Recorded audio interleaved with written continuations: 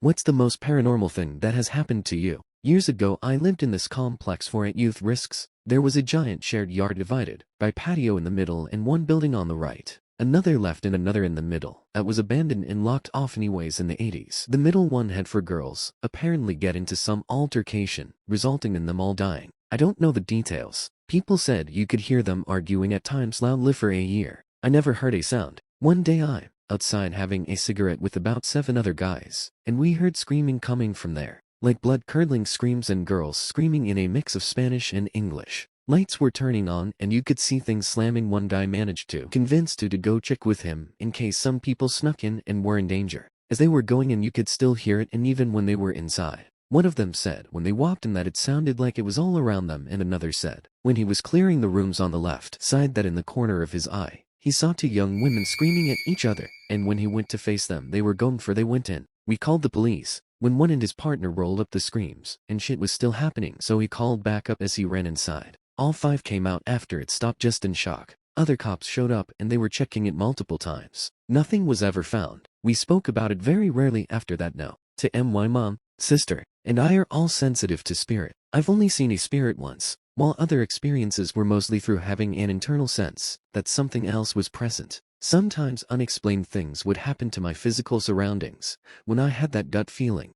When I moved to my current house, I first lived in the basement apartment for a few years. Immediately I knew there was a presence. I just knew it wasn't malevolent necessarily, nor good, but definitely aware of me and sometimes watching intensely. I knew it was male, and that it stayed almost exclusively in my bathroom. I felt it watching me the most when I showered. I convinced myself that maybe I was just loony and nothing was actually there. Even if it was, I didn't want to interact with it anyways. About a year ago, a friend of a friend came over. I had never met him before, and also had never mentioned the spirit to the friend that had invited him. We all hung out. He used the restroom, and then we headed outside to smoke. Once we left the property, he told us that he saw something in the bathroom. He was standing up facing the toilet when he noticed a face in his peripheral vision by the door. He initially thought it was just one of us being super weird and peeping. When he turned around, he saw a man's face in the doorway, staring dead at him. He was older and had a creepy, steady gaze. He was there for a second or two when my friend blinked and the face disappeared.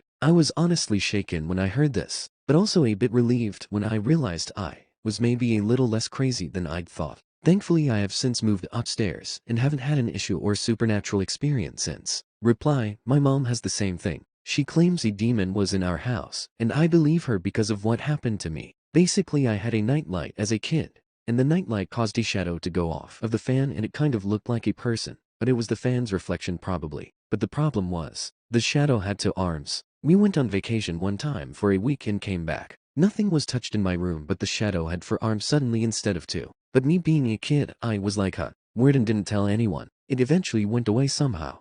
But my mom said that there was definitely a demon in the house, and I believe her. No. 3. Building I used to work in was haunted. Lots of weird stuff. Shadows, noises, motion-sensitive things would go off when no one was around. Things falling off shelves for no reason. All the usual. The ladies' room in the basement would regularly have noises coming from it that sounded like several girls whispering and giggling. If you stood outside the door, you would feel like you could almost make out what they were saying but couldn't quite understand it. The noise would stop if you went into the bathroom and wouldn't happen again until another night. There was also a creepy, emaciated old man that would stand behind my car blocking me from backing up. He was only visible in the rearview mirror. If I turned around to look at him, he wouldn't be there. It didn't matter where in the lot I parked, he would still show up. It got so bad I stopped looking in my mirror before backing up. But the worst one was a night that a coworker and I were the last 2 to leave and were locking up. I went to leave a note on the receptionist's desk for her for the morning, and while I was writing it, I noticed on her phone system screen, it showed a phone in the basement call center was just picked up.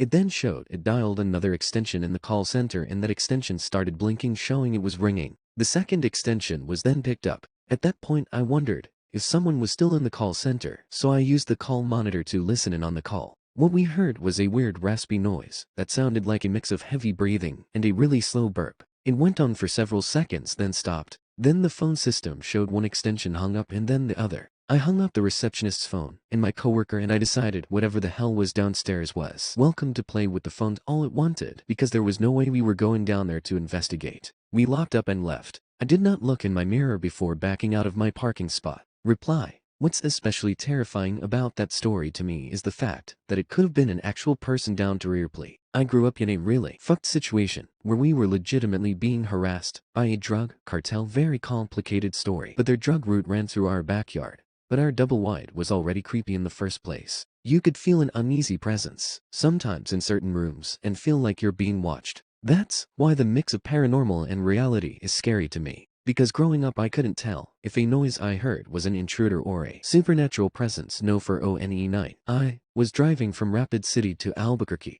I was camping to save on travel costs and pulled over in Sterling, Colorado. I stayed at one of the state parks at a campground on a large hill. I was the only one at the campground that night. There were RVs on the other side of the reservoir about 3 miles to the north. About 10:30 p.m., a nasty thunderstorm rolled in with at least 50 mph wind whipping my tent to shit. About 30 minutes later, things cleared a bit, and by this time it was past 11 p.m. I heard a group of children outside, maybe 100 yards to the west on the plains. It sounded like they were screaming and laughing like they were chasing each other. They just sounded like white children. I was too scared and freaked out to look outside of my tent. I ended up doing some research, and the Sterling area had a dark history of settlers and children being killed by bands of natives driving through a reservation late at night. So what looked like someone riding on horseback along the side of the road, not uncommon, but in full ceremonial tribal dress. They briefly went out of sight as they crested a hill, and then when I crested they were gone. Asked some of the folks I worked with on the reservation about it, asking whether there was a powwow or something similar happening.